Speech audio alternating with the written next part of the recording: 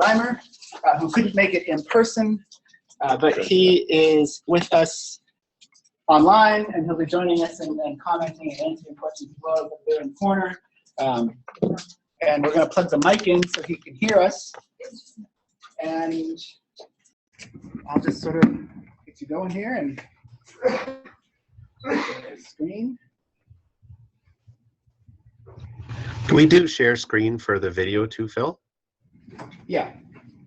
I'll just share the whole desktop. Yeah, that's great. And then I'll let Harry get us going. Oh, excuse me. Yeah, no, I need the video. Video, okay. Yeah. Okay. So we're going to start with a little video that Bill was nice enough to take some time to make for us. I'll get rid of this little bar here. Yeah. Well, I guess while Phil's doing that, I'm just finishing up my PhD here at University of Alaska Fairbanks.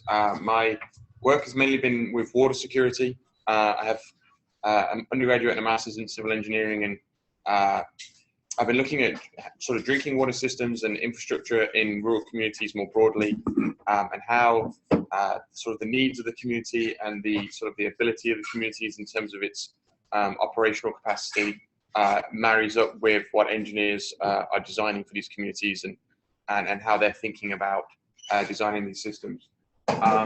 So I'm going to take, for this session, I'm going to look at sort of human capital with regards to community development and policy. Bill, through this video, and then through technology, is going to take care of the social capital piece. And then we'll sort of, at the end, have sort of a slide of both sides, and then we can take discussion points and stuff from there. So, well, I guess we'll start with the video then. Okay, great.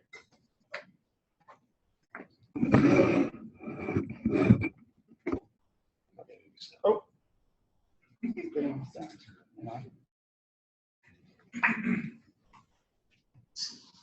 It's a welcome compensation for my disappointment at not being able to visit Alaska and enjoy the stimulation of students, colleagues, and friends. And thanks also to Henry for letting me be part of this session on human and social capital. So, what is the relationship between human capital and social capital?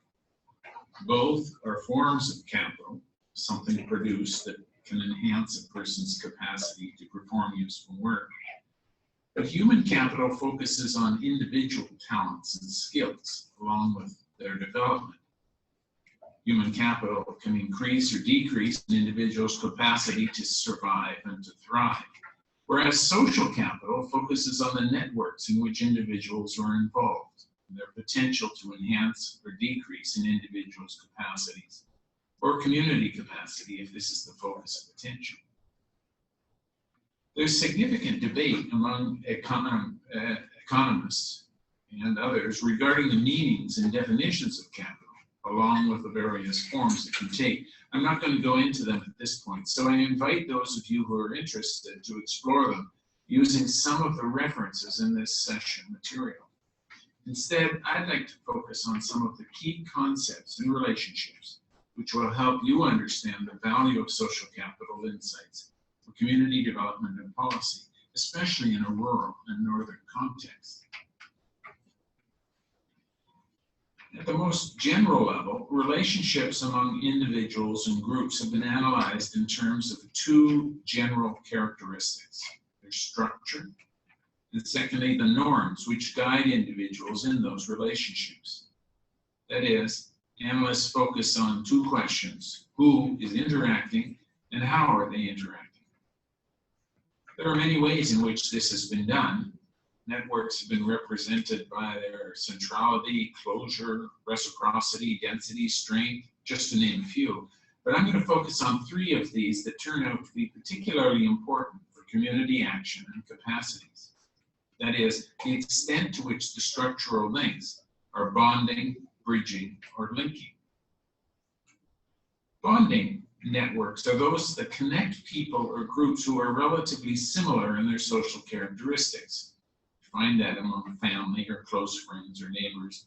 And it's often used to analyze specific groups as well and consider characteristics of the relationships within the group as opposed to those outside the group. This is the purview of social cohesion studies, for example. Bridging networks are those among people or groups who are dissimilar with respect to important demographic or social characteristics, whether they be gender, ethnicity, age, income, and status, for example. Or, in the case of specific group studies, those who are outside the focus group. And linking relationships are sometimes differentiated to identify networks among people who are dissimilar with respect to power. That is, power to provide services or resources. This concept has been inspired by the identification of the strength of weak ties proposed by Reimer. He found it's often the more casual connections we have with people who are quite different from us that are most valuable for the introduction of new ideas, innovations, and opportunities, like finding a job. Sensitivity to the distinctions among bonding, bridging, and linking social capital can be highly relevant for rural policy. All forms should be considered to take advantage of social capital analysis and assets.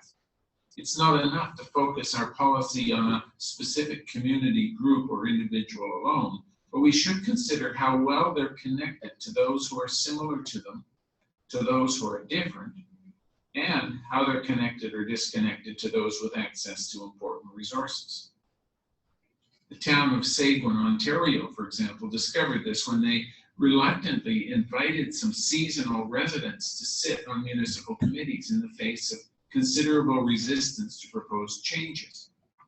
These seasonal residents not only learned about the importance of these changes by sitting on those committees, thus reversing their previous reluctance, but they were able to bring resources to the municipality via their connections with powerful people in the Ontario government. But it's not only the structural conditions that will have an impact and provide assets for community action. We need to also consider how people and groups are interacting with each other. What are the explicit or implicit rules that guide their behavior? Sociologists refer to these rules as the norms that make collective action possible. Collective behavior requires the sharing of particular norms and expectations that must be met in order for trust to develop and action to occur. The norms are the expectations, the rights and obligations that guide our social relations. They're often implicit, but they can get more formalized in the various organizations and institutions we create. These norms show incredible variation and innovation in the systems by which we relate, but we've found it useful in our research to think about them as four relatively coherent systems. The first we call market relations that you find in commerce, labor markets, housing markets, or trade, where coordinated action occurs between us because I have something that you want, you have something that I want, and we're willing to exchange. They're formally supported and controlled by trade agreements, competition legislation, labor law, Better Business Bureau, and the courts, but they're also reflected in more informal ways when we barter or exchange goods and services. They're the norms that guide us when we shop for groceries, seek employment, negotiate the purchase of a house, or exchange services with our neighbors. And they're quite different than what we call bureaucratic relations found in government, corporations, and formal organizations such as those related to education or health.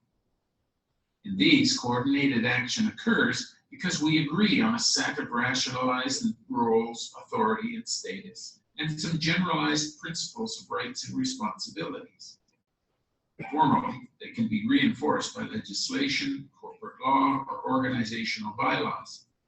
They're the norms that guide us when getting our driver's license, meeting a doctor, or for most of us, relating to each other as faculty members and students.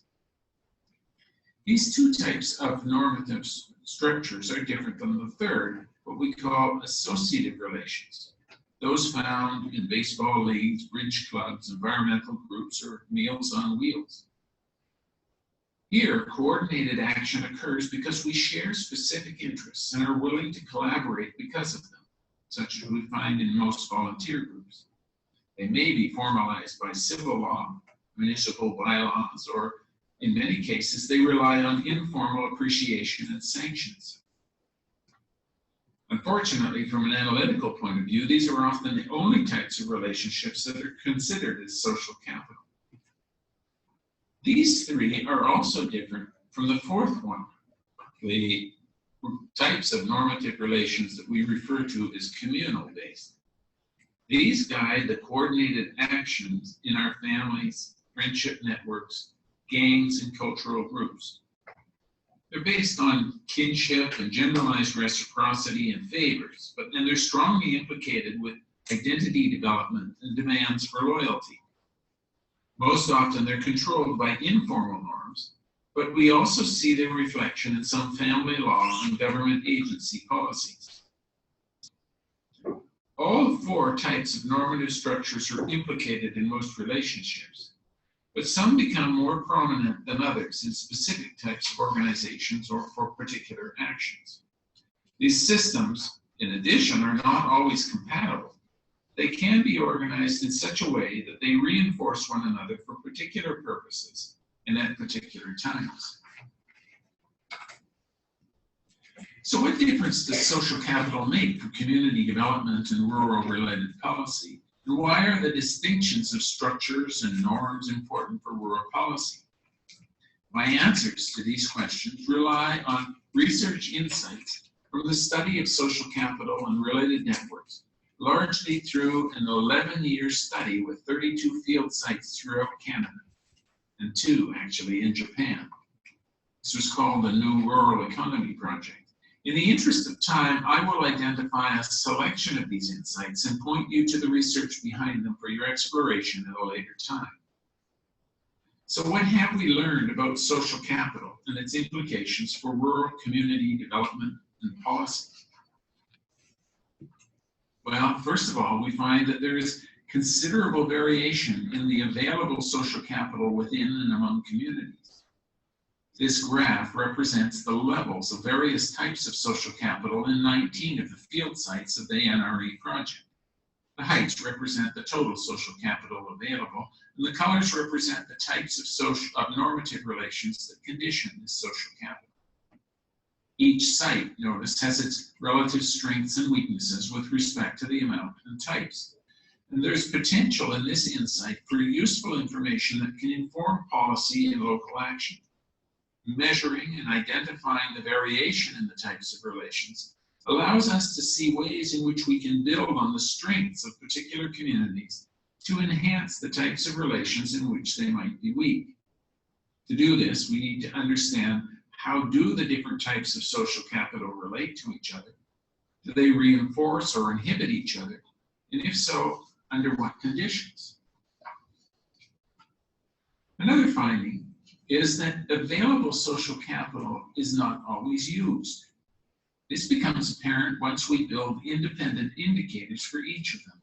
And this table from our field sites provides the correlation coefficients between the 4 types of social capital as it is available at the top of the table and as it is used on the side.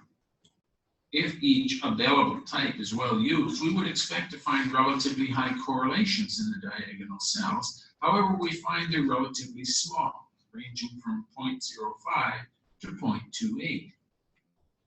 So some of the implications of this is that building infrastructure for social capital may not always guarantee its use. We see this in the underutilized arenas, the boarded up businesses, and the empty schools in many of our communities. It also implies that the use of one type of social capital may also depend on the availability of social capital in other normative systems, the off-diagonal cells, for example. The community of Nelson, BC was able to circumvent the limitations of bureaucratic norms by making use of its associative and market-based capacity. In the end, they created a trust that supports international regional development projects within the whole watershed of the Columbia River as it passes through southeastern BC. The third finding is that different community and household issues require capacity in different types of normative systems. This graph shows the use of different normative systems of social capital for 4 of the most frequent types of changes facing households in our field sites. Those issues around finance, health, family, and personal issues. We see that communal-based supports show a very high percentage of use across the various types. But beyond that, the relative use of other types of support vary. For finances, for example, market and bureaucratic-based supports are used at about the same level. Whereas with health, bureaucratic-based supports are the highest use, with communal-based supports a close second. Note here that this is for Canada, where we have a government-supported Medicare system. For family and personal types of issues, bureaucratic-based supports are the second most frequent type of support used. Note also that associative-based supports, those in green, are less important than communal and bureaucratic, but they still play a role for health, family, and personal issues. So what are the implications for rural policy? Well, building capacity in various types of normative systems is important for providing social support in these communities. And supporting communal-based social capital is critical for all types of support. We often neglect this in our analysis and policies in spite of its importance throughout. For example, in BC First Nations communities, the suicide rates among Indigenous youth have been dramatically reduced by building their communal-based social capital through the celebration of their culture and traditions. A fourth finding is that the different types of social support are most often used in combination. In this graph, we see that this is most dramatically the case for health, where bureaucratic and communal supports are most often combined. This is not surprising if we think about how people get access to hospitals, clinics, doctors, and other health services, especially in rural areas. Family members are often needed to provide transportation, look after children, or they even encourage, in some cases, one to go and see a doctor when illness strikes. Of the most frequent sources of support, market and associative are seldom used on their own. As was hinted in the previous slide, it is communal-based social capital that most often is used in combination to deal with financial, health, family, or personal issues. These findings have important policy and community development implications. For example, focusing on only one type of social capital will seldom be sufficient to ensure its effective use. Business development plans that don't take into account the potential conflicts with bureaucratic, associative, or communal norms are likely going to meet with failure. We've seen this in the case of entrepreneurial programs that don't consider the double or triple demands on women. It was only after repeated failures to solve their problems using market-based approaches with the local multinational industries that citizens in Mackenzie, BC turned to their communal and associative-based capacity to enhance their community services and quality of life. These are only a few of the ways in which social capital has shown itself to be important for community wealth, welfare, and action. I invite you to look at some of the items in the session materials to explore others. But at this time, I'd like to consider answers to the question, why is an awareness of social capital important for rural development and policy? Well, first, it makes us sensitive to untapped capacity for action, both individual and collective. Our analysis illustrates how there is more potential than used social capital in most communities. So learning how to recognize and use it increases the asset base for communities. We have found that associative and communal-based social capital is relatively strong in rural communities, although it's often overlooked or discounted because of the priority given to market and bureaucratic-based capacities when getting access to resources. Capelec, for example, in Quebec, used a local lilac enthusiast club and its family-based B&Bs to market itself internationally as the Village of Lilacs, and now hosts an annual festival that brings visitors from around the world.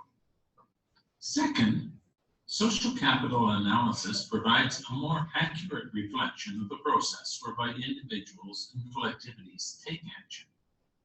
Human capital is important, but doesn't occur or get translated into action or access to resources without a social context and networks. An individual's education, for example, is more than a set of individual characteristics. It depends on collective and institutional action from family, friends, community groups, schools, and mentors. And it also depends on a social context where education is valued.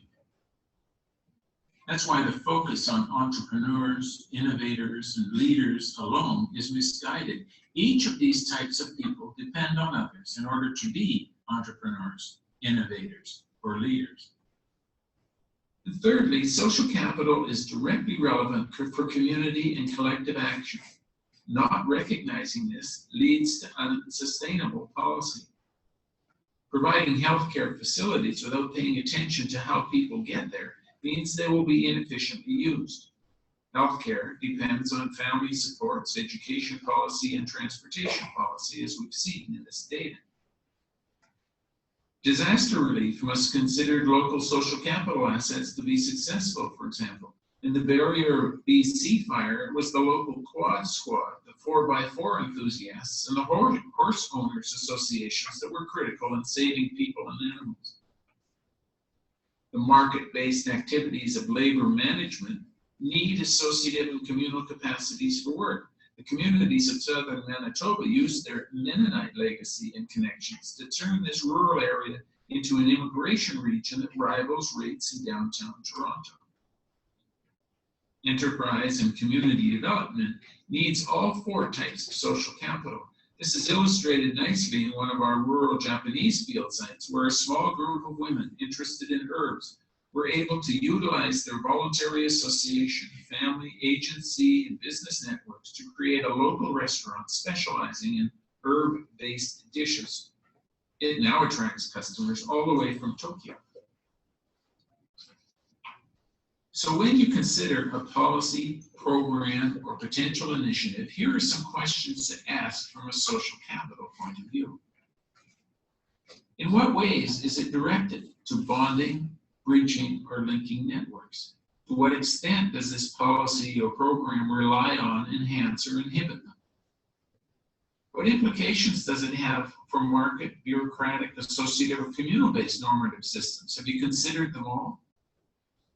In what ways does it rely on, enhance, or inhibit various types of systems? For example, does it assume competence in one or the other systems on the part of the communities or groups considered? And is this a reasonable assumption?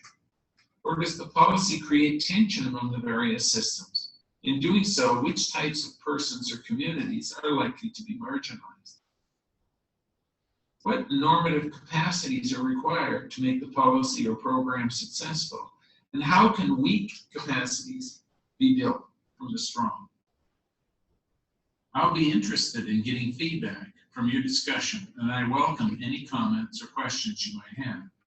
My email and website links are on this slide, and additional references can be found in the session materials. Thank you once again for your patience. I first of all would like to thank you for. All right, so let's get back to the window and see. You guys still with us?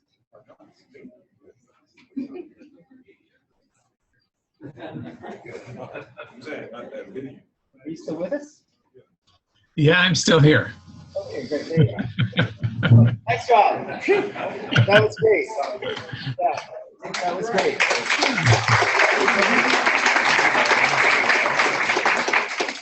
Does anybody, before we keep going, does anybody have any questions? And I will just actually interject those questions that Bill ended with. Ideal questions for you to ask yourself when you're thinking about your project, your idea.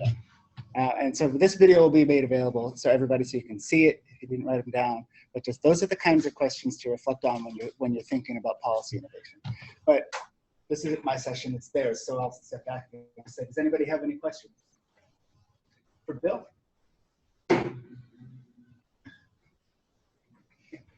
Well, thank you so much for the informative presentation, which I'm sure is also a summary of field work. My question is basically, why did you consider bureaucratic capital under the social capital? I feel I would lean more towards putting it down under political capital or governmental capital rather than social capital. Can you hear me all right? Yeah. Okay, that's great. We were focusing more on the normative structures than on the traditional focus on what are often institutions or organizations or the structural types of relations. So political capital is certainly an important element, but what we were trying to do was to say, well, what are the elements by which people coordinate their activity, whether it's as political capital or other kinds of capital? What are the norms, the ways in which, what are the assumptions they make about how we share the proper or the appropriate way to coordinate our activity? So we're focusing more on norms than we are on the more empirical structures and organizations that are reflected in the distinction among political capital, economic capital, and so on. And that's where the different classification ends up coming about. It's in political capital, it can be, in fact, if you look, for example, particularly at rural places, the political capital is actually operated and used through all four of these different kinds of normative systems. That's the distinction that I'm trying to make here by talking about them as normative systems. I think my question was not clear. Sorry. Oh, so go ahead. No, my question is why the bureaucratic normative system is under social capital and not political capital. Okay. My question is why bureaucratic normative system is listed under social capital rather than under political capital. Oh, I see what you mean. Okay, I was coming at the framework much more generically when I was talking about different types of social capital. The distinction into the 5 and sometimes 8 different types of social capital is an elaboration that has actually occurred subsequent to the way in which I had originally begun the process, where we were primarily focusing on comparing human capital to social capital, and social capital included cultural and political and all of these other things that subsequently were elaborated. Any other questions? Okay, well, and there'll be time for more questions as well, and maybe I'll find a way to turn the laptop, Bill, so that you can see the room. All right. Here, I'll pull up My presentation. Talk. Okey-dokey.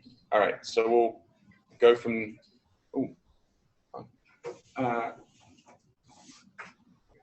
Perfect. Right, so we'll go on to some sort of more human capital stuff, and then we'll come back and see if we can't join the two groups of observations. My observations on human capital come from my thesis work, my doctoral work that I've just completed, and it's taken from 9 communities that I was fortunate enough to be able to go and visit in the Bristol Bay area of Alaska. So this is sort of the beginning of the evolution chain, to give you sort of a general idea of where we are around the state. And so yes, I'm going to give you some sort of the broad overview of my observations in terms of human capital and how it related to to community development, and then also sort of some idea on how that could relate to policy. For each community, I went to, I spoke with city managers, city planners, the accountants, the operators of the electricity system, the water system, police if they'd talk to me, pretty much anybody who was in the community who I could sit down with and spend either 5 minutes just telling, asking about their day, or I had a crib sheet of, it's about 25 different questions that I'd broken down into the 5 sort of types of capital as I was coming at it. So I had human, social, financial, infrastructure, so built capital, and environmental capital, so sort of their opinions on their environment and climate and that kind of thing. So human capital for me and for my project has represented basically the human knowledge base, the skills and the abilities of the people in the community that are enacting the community tasks. So whether it's writing grants, whether it's operating infrastructure, whether it's organizing for pieces of equipment or materials to be delivered to the community, whatever skill and ability that has needed I've overarchingly called human capital. And I've looked at human capital and all these other capital pieces as how they contribute to carrying capacity. And I've called, more often than not, I've called that the community capacity. And by that, I mean the total ability of the community in all its facets, its amount of money it has, the knowledge it has as a group of people, its location, its access to natural resources or other kind of financial institutions, that kind of thing, to do what it wants to do, to develop as a community, to move forward as a community, to look after its populace, and be successful. And then also manage against any sort of environmental change, political change, natural disasters, that kind of thing. And most importantly, from a human capital perspective, is this idea of seasonal stresses. These are discrete impacts on a community that occur at very specific times of the year. So to give sort of an example, one of the communities I went to is a large fishing hub in the region. Their population is about 3,500, and every year during the summer, it triples because of the fishing season in that part of the world. So they have mass immigration of people, and all the systems that normally operate for 3,000 people now have to operate for 9,000 people.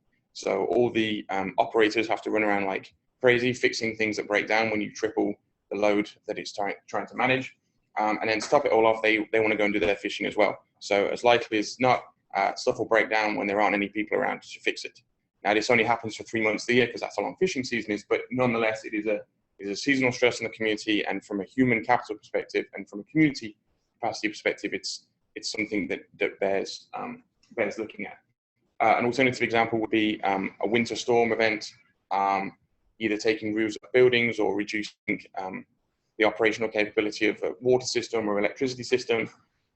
In any sort of more urbanized part of the world, you would just get on and fix it. If that problem's occurred in January, February, shipping doesn't start again until May. If you haven't thought about a problem like this occurring the year before, it's likely as not you won't have the equipment and the materials in the community to be able to fix it and do whatever you need to. So again, another example of a seasonal stress. So for each of my observations, I've taken Bill's observations as sort of my jumping off point. So he noticed that there was a lot of variation in social capital among communities he was dealing with. Equally, I noticed a huge variation in human capital. And my poor use of colors has taken number 1 away from the slide. So basically what I want to get from this slide is each of these spider diagrams represents one of the communities I went and visited. And these were the 5 that I managed to get answers to all the questions on my little crib sheet. And for the communities I didn't, it was mainly because the person who I wanted to speak to simply wasn't there. As likely as not, they were hunting or fishing or just doing something else far more important. So for human capital, I went through all the results and I basically coded them so that I could give some comparisons from one community to the other. But the takeaway message is that for these 5 communities, the number one on the sort of top of the spider diagram, it's different in all the communities, but they all have, more or less, they have a drinking water system, they have electricity system, they have some kind of city governments that does grant writing and that kind of thing. But the difference in human capital is again shown in sort of the success of the community in these different tasks. Some communities have got grant writers who have been doing it for 20 years, and they're capable of putting their hands on money pretty much whenever they want it. Other communities have turnover 8 times in 1 year of this position of writing grants, and are really unsuccessful at writing grants, which is a problem when they want to install a new system or build a new something. Bill's next observation that social capital is not always used. Again, I found this with my work. Most of my work was based on the drinking water systems, but it works either way. Communities, again, have all got the same types of systems, and they're all sort of going about the same general tasks. But communities, some communities have success and some communities don't. I wasn't able to find any sort of links between communities across these tasks. So for instance, grant writers in the region weren't communicating with other grant writers in the region to find out, hey, you were really successful winning that grant last year, you got a couple $1 million, how did you do it? Similarly, drinking water operators who are managing their systems, some are successful, they've been in the job for 20 years, others have just started or they're just coming into it. Similar problems were occurring across the region, things like disinfectant byproducts or breakdown of filters, of problems of the technical nature. But again, I wasn't able to find any communication between operators that potentially would have been beneficial. Operator A has a problem, operator B has a similar problem, but there was not an awful lot of communication. The final one I think I took from Bill was that different issues require different normative systems. Yes, so human capital in the communities was something that I was often told was a key for them to try and hang on to well-trained, well-educated people, and they were just having a problem with turnover. I'll take operators again as an example. If your drinking water system is not great and it breaks down routinely, or your electricity system is not great and it breaks down routinely, first person you're going to call up is the operator and say, what's going on? Why has my power gone off for the 3rd time this week? And this has nothing necessarily to do with the operator. It has more to do with this fact that the system's not great as a whole, but this sort of the capital that these people were beginning to build by being in the job for a few years was then being taken away by the problems that they were experiencing with the system, and thus the community was having higher and higher turnover of its human capital. So those 3 plus Bill's observations is what I had. So me and Bill can field questions, or we can have sort of a discussion on anything that we have here. Questions? Bill, Harry? Yes.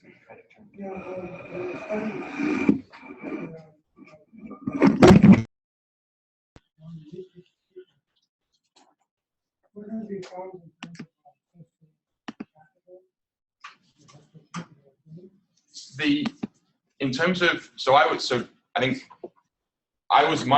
the way that I was looking at social capital was inter-community relationships, so one community to another, particularly given in Bristol Bay where the communities are quite close in terms of proximity, and you can access different communities obviously by different waterways, and then in the winter via different snowways. So I was only able to find one example where a community was communicating with another community because a brother of the operator happened to be running the system in the next community over. And those 2 communities were very successful at managing the 2 systems at the same time, because when one of the brothers wanted to go and go move something or just go out of town for a few weeks, the other brother would sort of put a guy in charge of his system and then come across and manage the other system for the couple of weeks or however long it was. And that sort of social arrangement worked really well. In terms of the communities itself, for social capital, I did find in every community, when there was a problem, when there was a breakdown, when there was some kind of emergency situation, the community all turned out. It was a almost universal constant of all hands to the pump type deal. So that was certainly very strong, but not in terms of the community-to-community relationships. The only region I know that it does happen is in the northwest region up in the Kotzebue Sound area. They have a really interesting governmental system that's unique to any other region, except maybe probably up in the Barrow, right up on the north coast. But in any case, when they when we had the Land Settlement Act in Alaska, and all the cities were made unincorporated cities and were given a pile of money depending on the city and population and all the rest of it, they instead of effectively going their separate ways, all clubbed together because they were doing that anyway. They had routes that they were using for hunting. They had routes that they were using to connect to communities. So they stayed united as a group of, I think, about 18 communities. And what that has enabled them to do now is to create quite a lot of political capital, create a decent governance system around the community, to the point where one of the communities had a breakdown in their water system a few months back, and they just simply moved a few bits of machinery around via skiffs on the water, got it fixed, and then the story I heard was that the state turned up three days later and said, "All right, don't panic, everyone, we're here to fix it," and it had been done 2 days before. So that area has got a lot of social capital in terms of its ability to work within its region. But yeah, as I say, I didn't find that in Bristol Bay. Excuse me. Yeah. In your research study, could you please tell me what's the variation of the education of the respondent? I'm sorry, can you say that again? Have you had a chance to go through their education level of the respondent of this community of 9? The actual people in charge. Yeah. It varies. The operators typically have, the operators are supposed to have the state level 1 training certificate, and I think there's 5 levels. One is sort of your entry level, and then it goes up depending on the population size and also the system that you're using. And the same is true for the energy side as well, not just water and wastewater. I think maybe half, maybe a little less than that of the communities they went to actually had that training in place. It's an expensive training. More than that, it's a training like this. We come to the operators come to maybe Fairbanks, Anchorage, depending on their hub. Sit in a classroom. Someone like myself would stand up, talk to them for 3 days, and then they'd sit an exam. For all of us in this room, that's not an unusual thing to sit down and do or contemplate doing. For members of members of the community, it's just not the way that historically they have been, culturally they have been taught. So I think that has certainly been suggested to me as a barrier for people being successful with these exams. I would say by and large, everyone's sort of, from an operator standpoint, everyone's at high school level in terms of their education. And then in the sort of the management, finance, planning, all that kind of thing, you find really well educated, switched on people, degrees, masters, that kind of thing. So, yeah. When we are talking about the social capital, the relationships are implicit, but these are very, very dynamic. Mm-hmm. And how to avoid things that are not static, and how we can find a balance between all these kind of capitals. Bill, you can feel free to jump in at any point.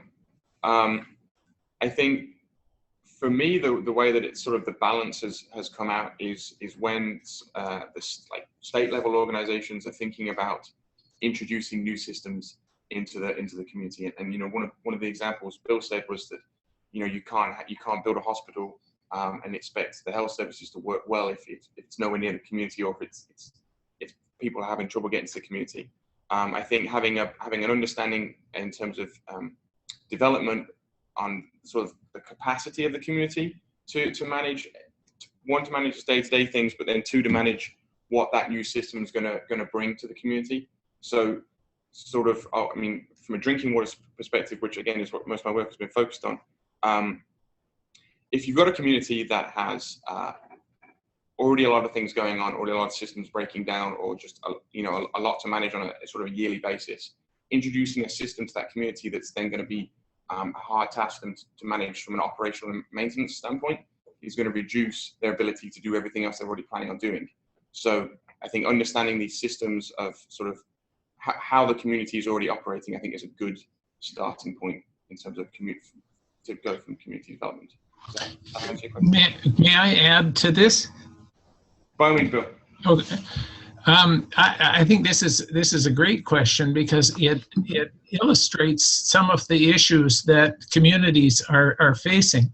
One of the things that we have found in our analysis was that the ways in which communities operated in the past has changed significantly, and using the normative system that I have represented there, in general, access to resources for communities have moved from the communal and associative forms to bureaucratic and market. So that what often happens is that a community can have a great deal of capacity to manage things around associative or communal forms. The old model, for example, of a family or a family network who runs the town, they were very effective at getting things done. So they had a great deal of capacity to operate within that communal type of operation. But what has happened with the shift in the power of the state and markets and so on is that to get access to resources now, it becomes more important to develop your capacities in market and bureaucratic types of relations. And in many rural communities, that's a new thing. That's a new skill. It's a new social competence that needs to be developed. And so they haven't been off the mark in many ways. And in some communities, as Henry was mentioning, you have somebody who knows how that works. You know how that system works. You know the norms. You know how to operate, to write the proposals, and so on. In others, they are unable to do that because they don't see the relevance of, for example, having a board of directors for their volunteer group. They've always operated where Mrs. Smith would call the meetings together and so on. So that the kind of norms that they're familiar with and that they operate very well with no longer are working when you have to compete against other communities for resources using bureaucratic or market norms or international competition. So the issue of the balancing is really one of learning the various normative systems in order to be able to respond to these shifts that are occurring. And I would say in general, it's certainly a shift from communal and associative to market and bureaucratic. Yeah. There's someone else. No questions. Well, thank you very much for the informative presentation. So I know you didn't mention this part just because of time constraint. How did you measure the capitals? Was it quantitative, qualitative? It was qualitative. Yes. Okay. Just the other part of the question is for Dr. Bill. What do you think about the constraints and advantages of using either quantitative or qualitative to measure social capital? And the last one, very briefly, one of the conclusions states that social capital is not used.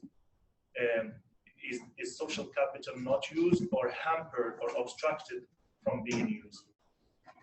Okay. Did you hear those, Bill? I need some clarification. I understand. I think the measurement question. The last one was how is it hampered? There was something about in Henry's research project. One of the conclusions is that social capital in those communities is not used or mobilized.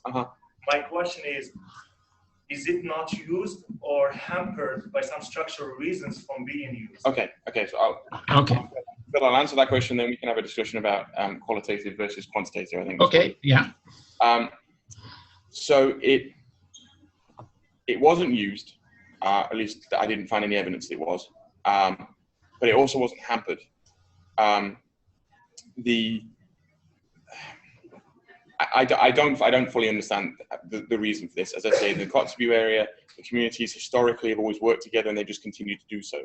I couldn't find an answer to the question in the Bristol Bay area. What happened? You know, how were you communicating with each other pre-1972 when the Settlement Acts happened? I couldn't get an answer to that. So I don't know. I don't think it's something as simple as communities just not wanting to communicate, or there being some kind of distrust or that kind of thing. I don't think that was the case. I think it was just that perhaps the systems were not in place to be able to do it, and the communities have got enough going on as it is without trying to set up these channels of communication. I think if I will say the only thing that does have this kind of level of community to community connection in the Bristol Bay area is the healthcare system. It's all run out of the regional hub hospital. Each community in the region has a clinic. Each clinic has a couple nurses, and then the hospital has all the, the full gamut of what you'd expect. And then they have doctors go community to community around, and then dentists go around, and then eye doctors, all of us that go around in big circles, so that everyone gets everything more or less every 3 or 4 months. But they're all connected remotely via the internet. They have Skype conversations going backwards and forwards. They have Zoom meetings like this. And then patient records obviously get passed backwards and forwards as well. So the healthcare is really well connected, and all the communities talk to each other. But that was handed down by a third party, a state entity, the Bristol Bay Area Health Corporation. So as I say, I think if someone was to come in and introduce a communication system for, say, energy or water or something like that, so that all the operators could connect, it might work. But I think as I say, communities have got so much on their hands right now that the idea of doing it themselves is probably there, but it's just mobilizing it, I suppose. And then in terms of my research being qualitative, the reason I went for that route was because it had a crib sheet of 25, 26 questions, which 9 times out of 10 got answered. I mean, if the finance person's not there, the finance person wasn't there. But what it did enable me to do was sort of ask an open question like, how well trained are your operators, or what training does your operators have?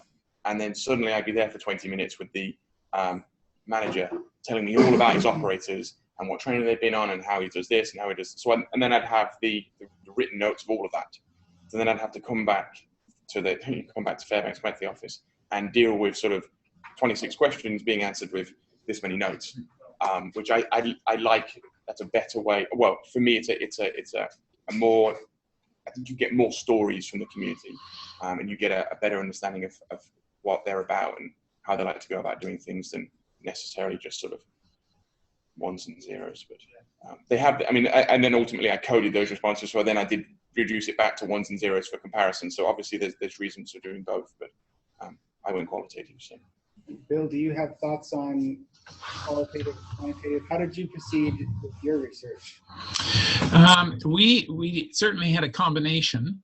One of the interesting challenges of comparative work is to figure out how do you compare from, in our case, one community to another. But it's an issue that's to the extent that one's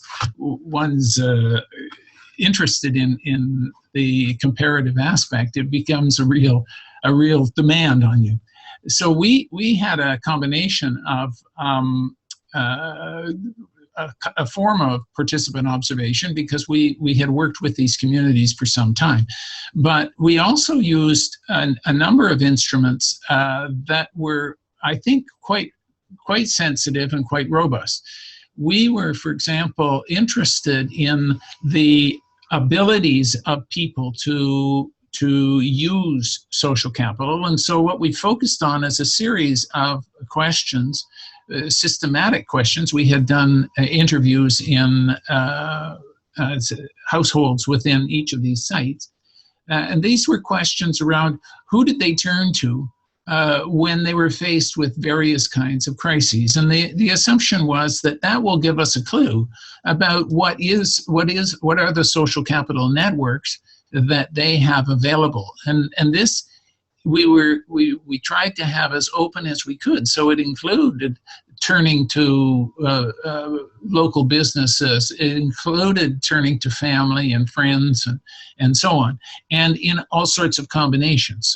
So there was some really interesting material there on how people use their social capital, and we assumed that it represented their networks and also their capacity, their ability to use it, so which was an important element.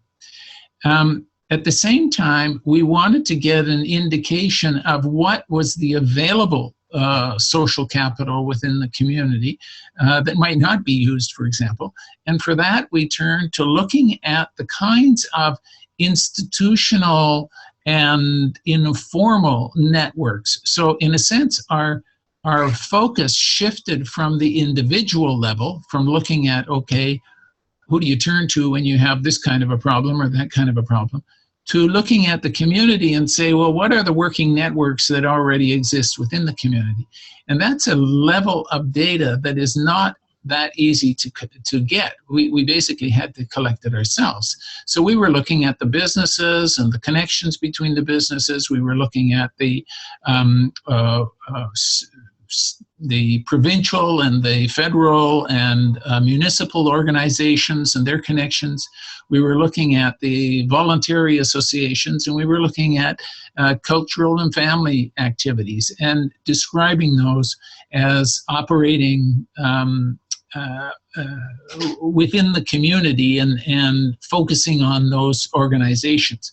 So that's what we used to get information about the availability of social capital, and then we could match it against the use of the social capital within each of the communities. So in fact, it was interesting because the use measure that we had used in the form of interviews was picked up by our national statistical agency, and so they actually did a general social survey using the module of information about who do you turn to in order to solve certain kinds of problems. So all of a sudden, whoop, we had this national sample of thousands of people, urban and rural, that we could compare with our local sample. So that was very much a kind of an attempt to get a quantitative comparative element into looking at the kinds of networks that people use. And we then would match that with the more qualitative material that we were getting in our participation within the communities and in speaking with the local people. I wanted to also respond to that question about why aren't things used, and there's a couple of reasons for that. One is, as I had mentioned, the kinds of requirements. There's the kinds of requirements that certain kinds of organizations place on people in order to get access to assets can constrain them. So one of the classic examples was in one of the communities that had been facing a wildfire. They organized to make sandwiches for the firefighters, and they did it the usual way. It was through one of the church groups, and they would be able to generate sandwiches, no problem at all. However, what had happened is that the firefighters were from the provincial government, and they couldn't serve those people because they didn't have the required kitchen facilities that would meet the government standards for appropriate. So here was a huge amount of social capital that couldn't be used in this kind of a situation because of the imposition of the other sort of more bureaucratic regulations. And the other part is that people are often not aware of it.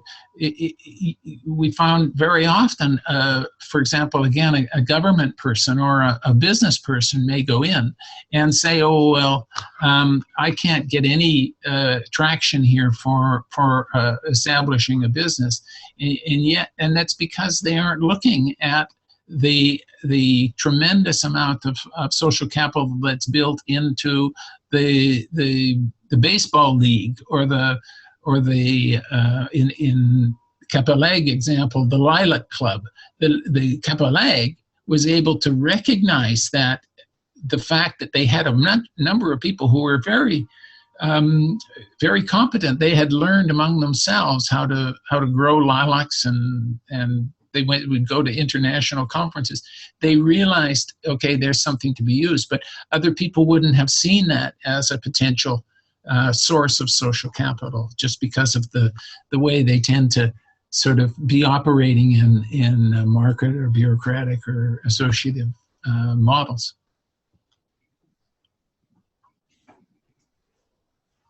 Any other questions? Yeah. Thank you, Bill, for your presentation. I have one question concerning norms and the normative systems. So, being an economist, I connected your concept of norms and normative systems to institutional economics, and so in this approach, institutions are somehow regulate behaviors in situations of uncertainty. And for instance, contracts are short-term institutions. Organizations are also institutions. Religions, beliefs, norms are institutions. But as far as I understand, in your approach, you start like the umbrella concept is norms, and in this concept you have organizations, you have contracts, you have communal behaviors, and I was wondering if it's just a difference between economists and sociology, or what is the definition of norms, what is the definition of normative systems, and why is it just the other way around?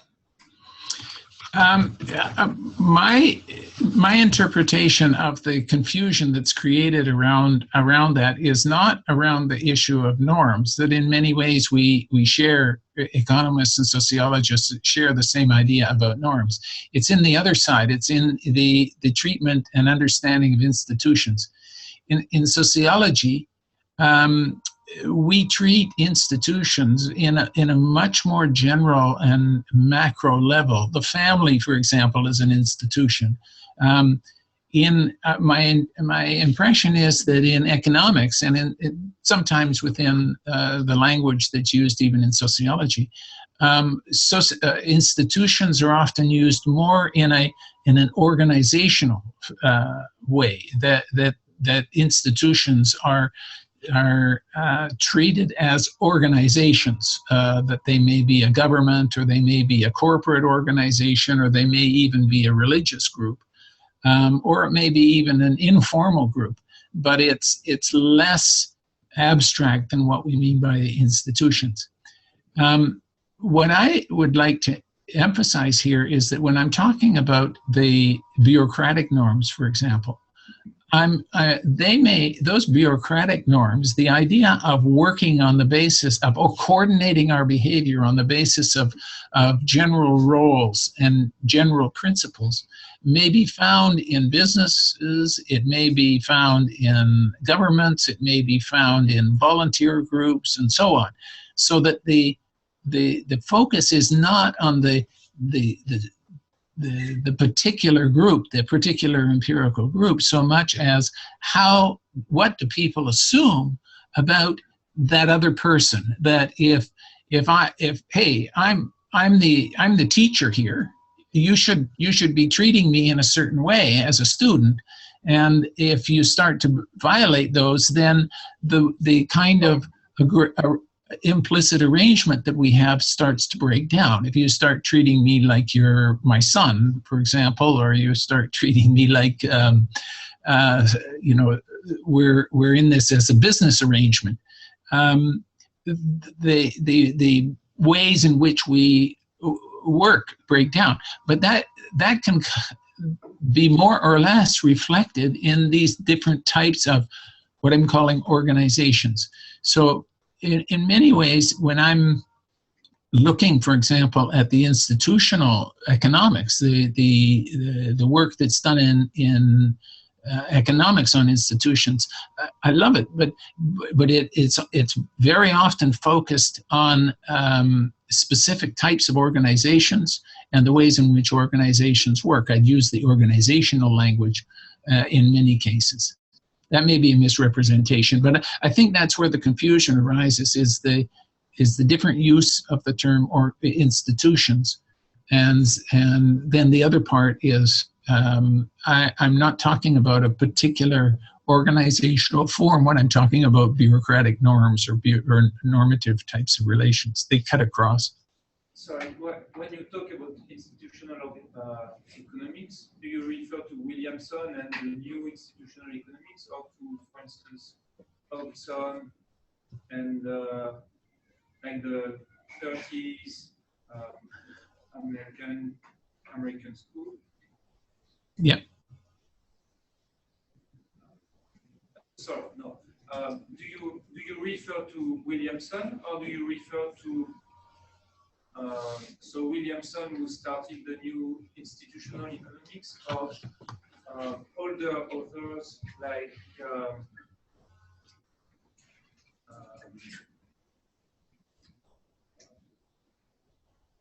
sorry, I forgot the name, but yeah, I'm most familiar with Coase. I mean, Coase, I think I'm pronouncing it right, was one of the ones who got me most interested in the economics view of institutions. I'm not familiar with Williamson as much.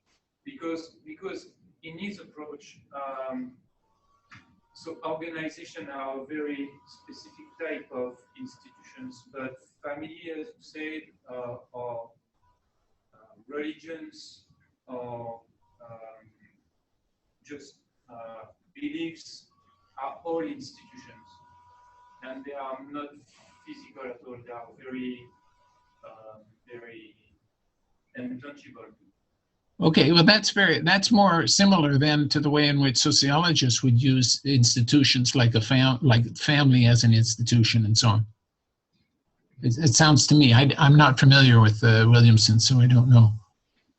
You make me go and want to find out. That's for sure. Thanks. Anything else? Well, my arms are getting a little tired holding this laptop up. Sorry for the shaky screen. So let's everybody thank Bill for joining us.